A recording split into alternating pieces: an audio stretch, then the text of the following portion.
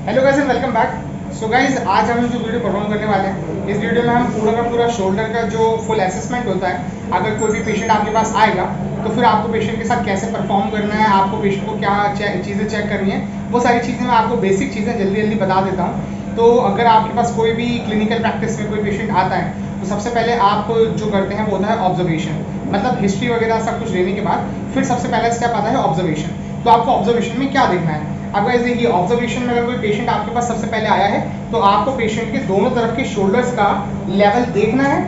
आप इस तरफ से भी देखें, उस तरफ से भी देखें। मैं आपको अभी वीडियो में एक तरफ से करके दिखा रहा हूँ, मगर अगर आप क्लिनिकल प्रैक्टिस में प्रैक्टिस करेंगे तो आपको दोनों तरफ प्रैक्टिस करते समय देखना है। फिर आपको शोल्डर के दोनों लेवल जो है वो बराबर है कि नहीं, ये चीज़ चेक करना है। अगर पेशेंट मेल है तो आप जब क्लोज ऑफ करवाएंगे तो आप पीछे स्कैपुला के लेवल्स भी देख लीजिए कि कोई मसल टाइटनेस की वजह से कोई एक तरफ की स्कैपुला तो ऊपर नीचे नहीं है। आप आगे की तरफ की जो क्लैविकल हमारी बोन है उसके पास में देख लीजिए, कोई शोल्डर ऊपर तो नहीं है, कोई शोल्डर नीचे तो नहीं है। तो ये बेसिक ऐसी चीज़ें रहेंगी जो आपको ऑब्जर्वेशन में ध्यान रखना है कि आप ऑब्जर्वेशन में सारी चीज़ों को देख पाएँ।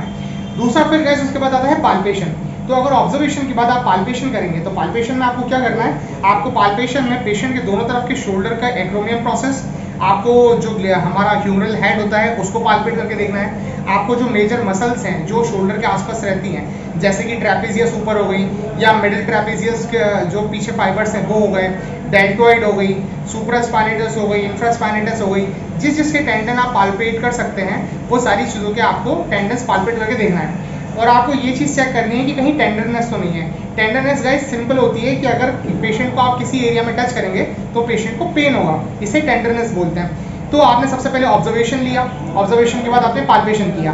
पाल्पेशन के बाद गाइस नेक्स्ट स्टेप आता है एग्जामिनेशन में। अब देखिए, एग्जामिनेशन में अगर कोई पेशेंट आपके पास आया क्लिनिकल प्रैक्टिस में तो यहाँ पर मैं आपको एक ही साइड करके दिखाऊंगा, मगर आपको रियल क्लिनिकल प्रैक्टिस में दोनों साइड ही परफॉर्म करके देखना है।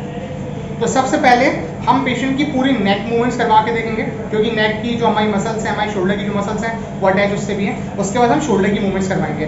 तो सबसे पहले मैं पेशेंट को इंस्ट्रक्ट करूंगा कि आप अपनी चिन को टक करें। हाँ, चिन को पूरा नीचे करिए। ठीक है, अभी आप पूरा हेड को नीचे लेके जाइए।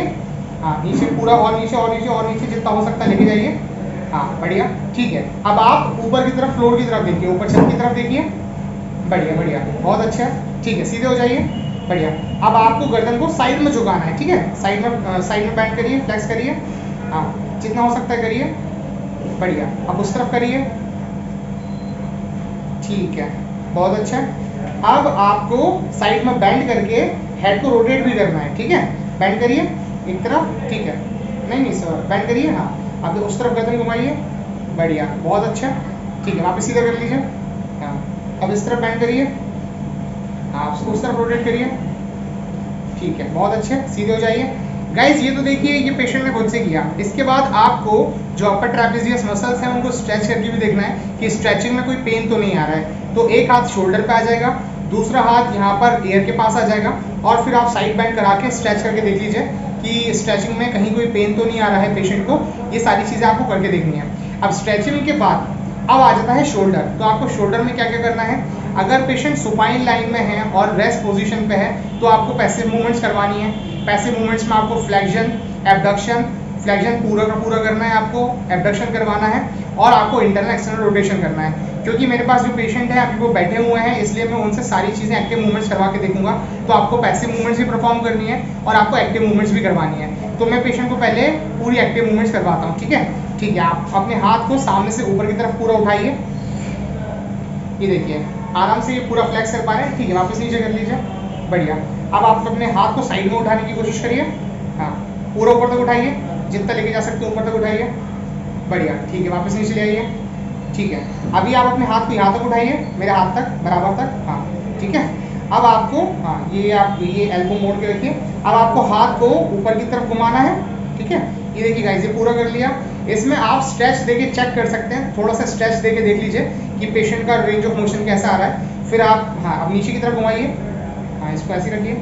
ये देखिए, मैंने एक्सटर्नल रोटेशन के बाद ये इंटरनल रोटेशन का भी मैं चेक कर रहा हूँ कि इनका कितना आ रहा है। तो आप थोड़ा सा स्ट्रेच करके एंड फील देख सकते हैं कि जो पेशेंट है उसकी एंड फील कैसी आ रही है जब आप उनको internal rotation, external rotation, internal rotation करवा रहे हैं, एबडक्शन करा रहे हैं या फ्लेक्शन करा रहे हैं। और बहुत किसी किसी मिनिमम केस में अगर शोल्डर बहुत ज़्यादा इफेक्टेड है तो फिर आपको पेशेंट को हैंड जो है वो एक्सटेंशन भी करवाना है। हाथ पीछे लेके जाइए, देखिए ये एक्सटेंशन करवाने के बाद आप पीछे से थोड़ा सा रेजिस्टेंस लगा के ये चेक कर सकते हैं कि कैसे मूवमेंट आ रही है या एंड रेंज ऑफ मोशन कैसा है।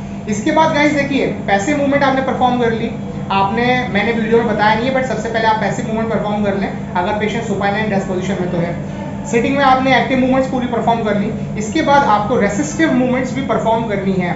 रेसिस्टिव मूवमेंट्स अगर आप परफॉर्म नहीं करेंगे तो आपको पता नहीं चलने वाला है कि पेशेंट को अगर कोई मस्कुलर पेन है या कोई मस्कुलर डैमेज है या कोई टेंडनाइटिस है तो वो पेशेंट को आप कैसे चेक करेंगे अगर आप कोई रेसिस्टिव टेस्ट नहीं करेंगे। जो हमारे स्पेशल टेस्ट होते हैं वो भी यही चीज़ करते हैं कि हम उसमें रेसिस्टेंस लगाते हैं। तो आपको पेशेंट को शोल्डर की कंडीशन में जो भी मूवमेंट्स होती हैं हमारी flexion, extension, abduction, external rotation और इंटरनल रोटेशन, आपको इन सभी मूवमेंट्स में रेसिस्टिव मूवमेंट्स करवानी है। अब मैं आपके सामने जल्दी जल्दी परफॉर्म करके बताता हूँ। देखिए सबसे पहले फ्लेक्शन, आपको हाथ को सामने की तरफ उठाना है, उठाइए, बढ़िया। अभी मैं आपके हाथ को रोकूंगा, आपको ऊपर उठाने की कोशिश करना है, ठीक है। ऊपर उठाने की कोशिश करिए, करिए करिए करिए करिए, बढ़िया बढ़िया, ठीक है, रोक लीजिए, ठीक है, बहुत अच्छी, नीचे कर लीजिए, रिलैक्स। देखिए ये फ्लेक्शन में रेसिस्टिव मूवमेंट है। आप साइड में उठाइए आप पूरा हाथ, ठीक है। मैं आपके हाथ को नीचे दबाऊंगा, आप नीचे मत दबाने दीजिएगा, ठीक है। हाँ दबाइए दबाइए दबाइए, बढ़िया बढ़िया बढ़िया, बहुत अच्छे, रेस्ट। देखिए एक हाथ से मेरा उनके शोल्डर पे है और शोल्डर का हैंड जो रहेगा वो आपको पालपेट करके देखते रहना है कि कहीं शोल्डर में कुछ प्रॉब्लम तो नहीं है। अब एक्सटेंशन में भी करके देख लेते हैं, ठीक है। आप अपने हाथ को पीछे की तरफ लेके जाइए, देखिए मैं पीछे की तरफ से एक्सटेंशन में लगा रहा हूँ, आपको दिख नहीं रहा है मगर मैं पीछे से कर रहा हूँ। आप एल्बो के साइड से भी एक्सटेंशन में रेसिस्टेंस दे सकते हैं और नीचे से भी दे सकते हैं। ये 3 मूवमेंट्स हो गई, फ्लेक्शन, एबडक्शन, एक्सटेंशन। अब इसके बाद आता है इंटरनल रोटेशन और एक्सटर्नल रोटेशन। तो इंटरनल एक्सटर्नल रोटेशन के लिए 90 डिग्री ऑफ एबडक्शन, हाथ ऐसे आ जाएगा, ठीक है। आप हाथ को ऐसे घुमा लीजिए, ठीक है। आपको हाथ को पीछे की तरफ करके देखना है और मैं आपको रोकूंगा, ठीक है। मैं आपको नीचे की तरफ धक्का लगाऊंगा, आपके हाथ को आगे की तरफ घुमाऊंगा, आपको उसको पीछे की तरफ रोक के रखना है, ठीक है। रोक के रखिए, हाँ रोक के रखिए, बढ़िया बढ़िया बढ़िया बढ़िया, बहुत अच्छे, ठीक है। आप नीचे घुमा लीजिए, ठीक है। अभी आपको हैंड को बाहर की तरफ लेके आना है और मैं आपके अंदर की तरफ आप दबा के रखिए, मैं आपको बाहर लेकर आऊँगा, ठीक है। आपको रोक के रखना है, चलिए हाँ करिए, रोक के रखिए, रोक के रखिए, रोक के रखिए, बढ़िया बढ़िया बढ़िया, बहुत अच्छा, ठीक है, रिलैक्स।